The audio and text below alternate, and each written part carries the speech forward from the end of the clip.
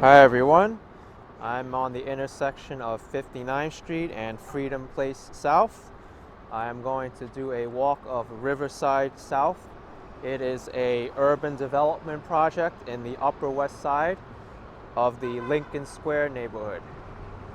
So just tilting my camera up is a really tall building that's under construction, just to give you a preview of what's to come. Riverside South is also known by some other names, most notably Trump Place and Riverside Center, after it was constructed. Originally, it was a rail yard for the Penn Central Railroad Company. It was formerly New York Central, but the two companies merged together in 1968. And Penn Central declared bankruptcy, leaving the area abandoned. So the Penn Central Railroad declared bankruptcy in 1971, only 3 years after the merger with New York Central Railroad, but the area was still known as Penn Yards. Riverside South is 57 acres. And it's located along the Hudson River between 59th Street and 72nd Street. So this is comparable to the Hudson Yards, which is probably more well known now because it just recently opened.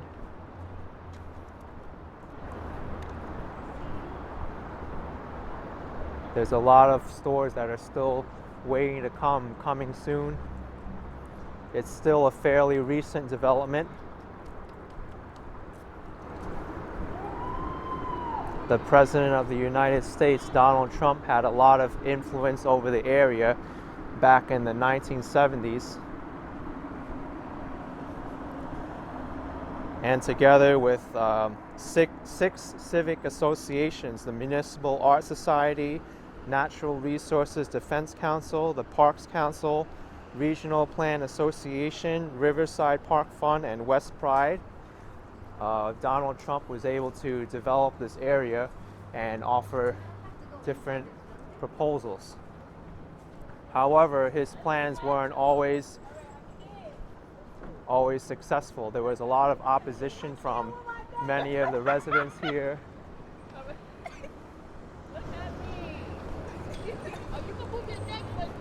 And rightfully so, because this was an undeveloped area. Many people who lived in the area, as well as many community organizations, wanted to see the Penn Yards developed in their own way. Of course, whenever there's development in New York City, there's always going to be political groups advocating for affordable housing or jobs or more homes and more social outreach, but this area has developed into a lot of different things, a lot of residential buildings, many high rises. Here's a collegiate school. The collegiate school is an independent school for boys and is ranked one of the best private schools in the US. But it's mostly residential.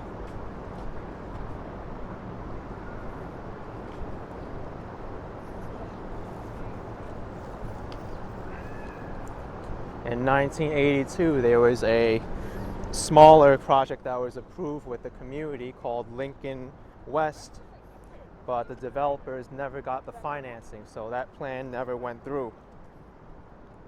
This current Riverside South project, the planning started in the late 1980s, and it was originally designed to include 16 apartment buildings with 1.8 million square feet of studio space and 300,000 square feet of office space, and also a 25-acre park.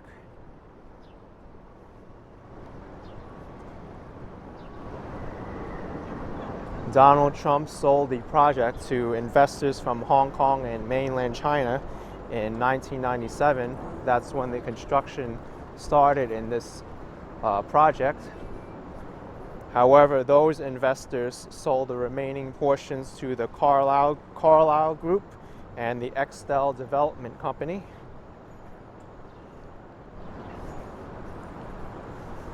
One of the notable plans by Donald Trump to develop this area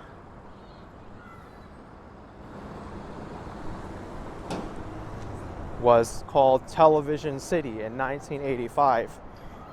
He wanted to feature NBC here as their headquarters, and it involved 15,500,000 square feet of residential, retail, office, and studio construction, and also a parking garage with the largest shopping mall on the East Coast.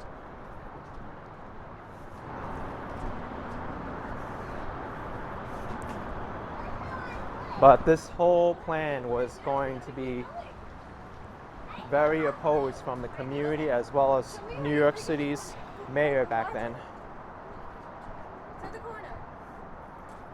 This new plan was 2 times the size of the previously approved project, and many Upper West Side residents created a group called the Westpride to fight Donald Trump's plan, which ultimately succeeded.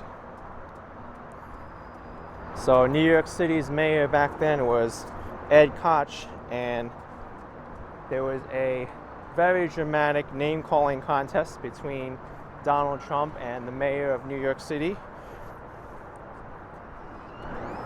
Instead of giving the tax breaks that Trump wanted, he gave them directly to NBC,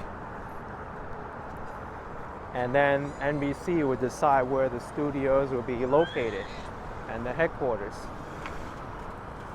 So of course Donald Trump didn't like this, and he called on the mayor to resign, and Ed Koch called Trump a stuck pig.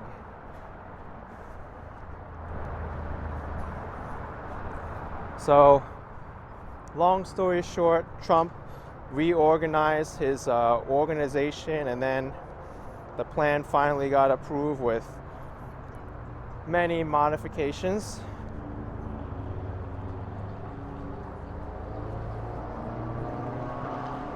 And NBC decided to continue broadcasting from Rockefeller Center, which is still is where it still is now.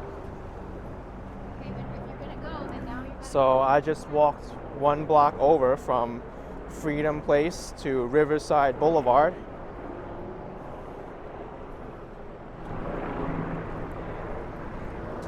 This is probably the highlight of the Riverside South project. All these residential buildings that overshadow the Hudson River as well as the highway over there.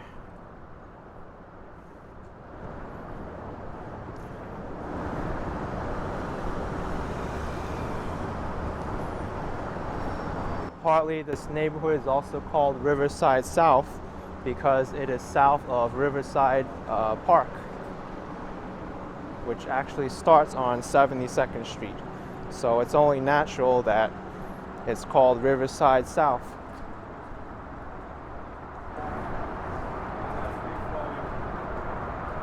So some of these buildings are really extravagant. The current Riverside South project ultimately went through when Donald Trump agreed to slightly reduce the project size, as well as fund the expansion of a subway station and guarantee the affordability of a minimum of 12% of the dwelling units, and the development also had to pay for a public park.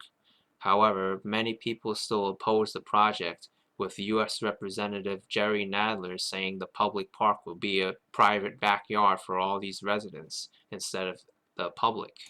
There's no doubt that Donald Trump had a lot of influence in New York City, and several buildings were named after him. In fact, there were many buildings around here. I believe there were 7 buildings called Trump Place. I think they're further ahead. You'll see them shortly.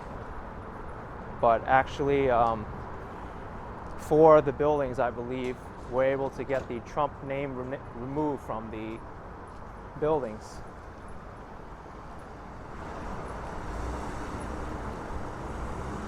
Let's see if that's the case. I haven't seen a single Trump name on these buildings yet.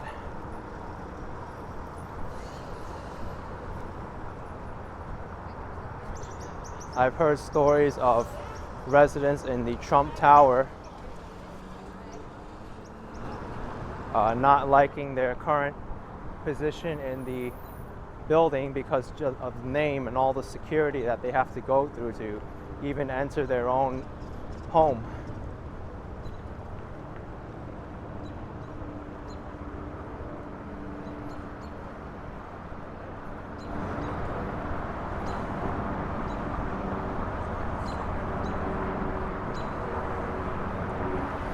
So here's 140 Riverside Boulevard.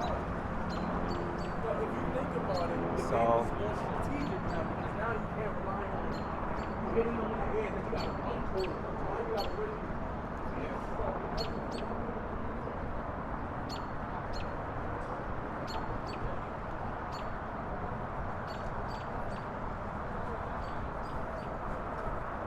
as you can probably hear, this is a very quiet area of Manhattan to be in.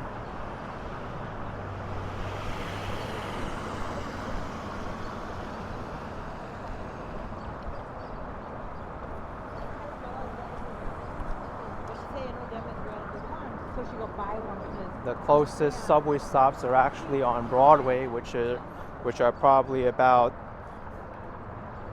2 avenues away.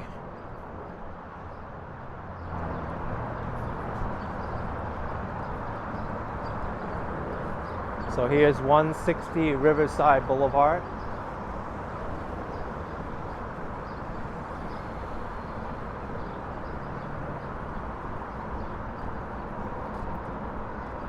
It's in the middle of April now, so all these tulips are in full bloom. Nice red color.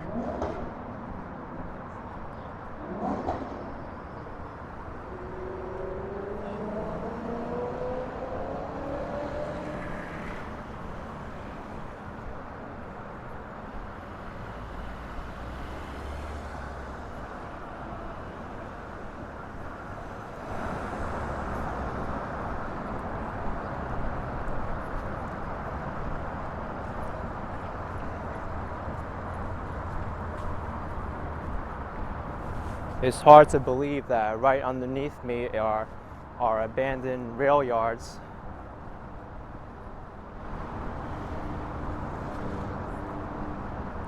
If you actually go on the edge, at the edge of the water there, you can even see some remnants of the rail yards by the water.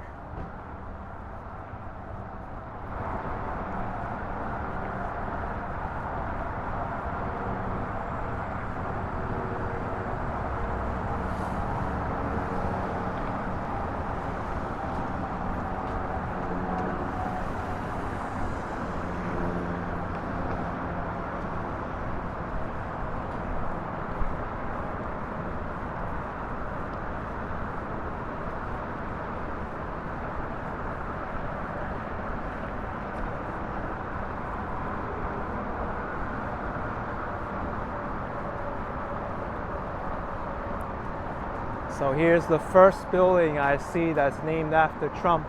This is doctor's office at Trump Place.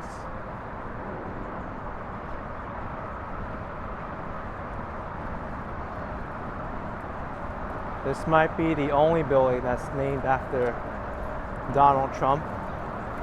Maybe it's on the facade here.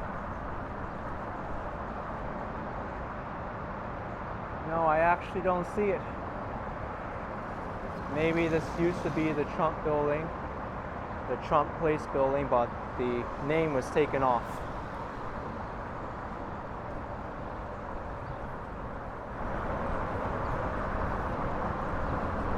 And there we go, across the street from me, 220 Riverside Boulevard, Trump Place.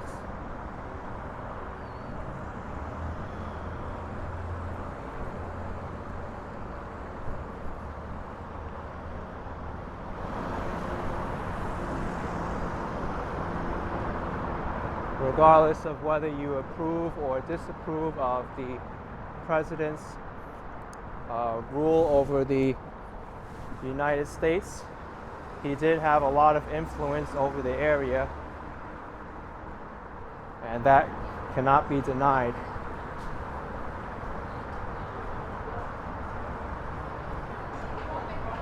Looks very dark in there.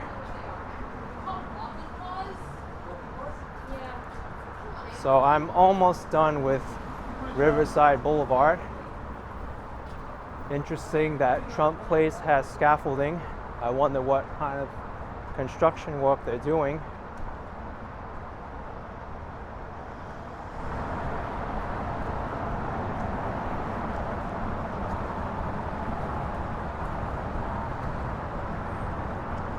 Here is a dead end.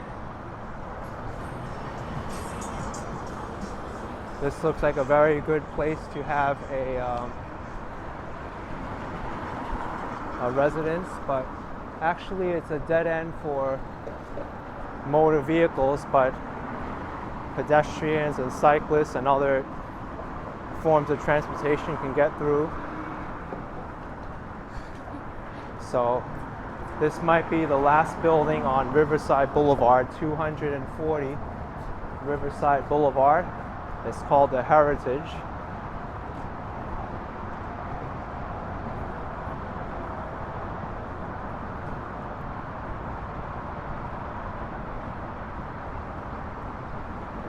So this is 72nd Street. Across the street from me is Riverside Park.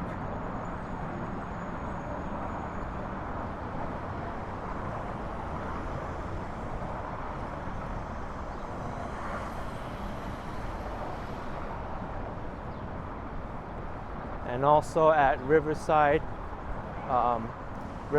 Boulevard and 72nd Street begins Riverside Drive.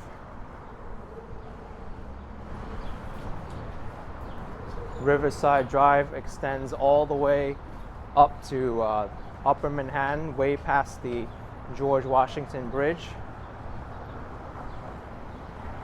There's even a segment of Riverside Drive in Inwood, Manhattan, which is the northernmost neighborhood in Manhattan Island, but it's not physically connected to the rest of Riverside Drive. But this concludes my video. I hope you enjoyed it. Make sure to like, comment, and subscribe, and stay tuned for some more.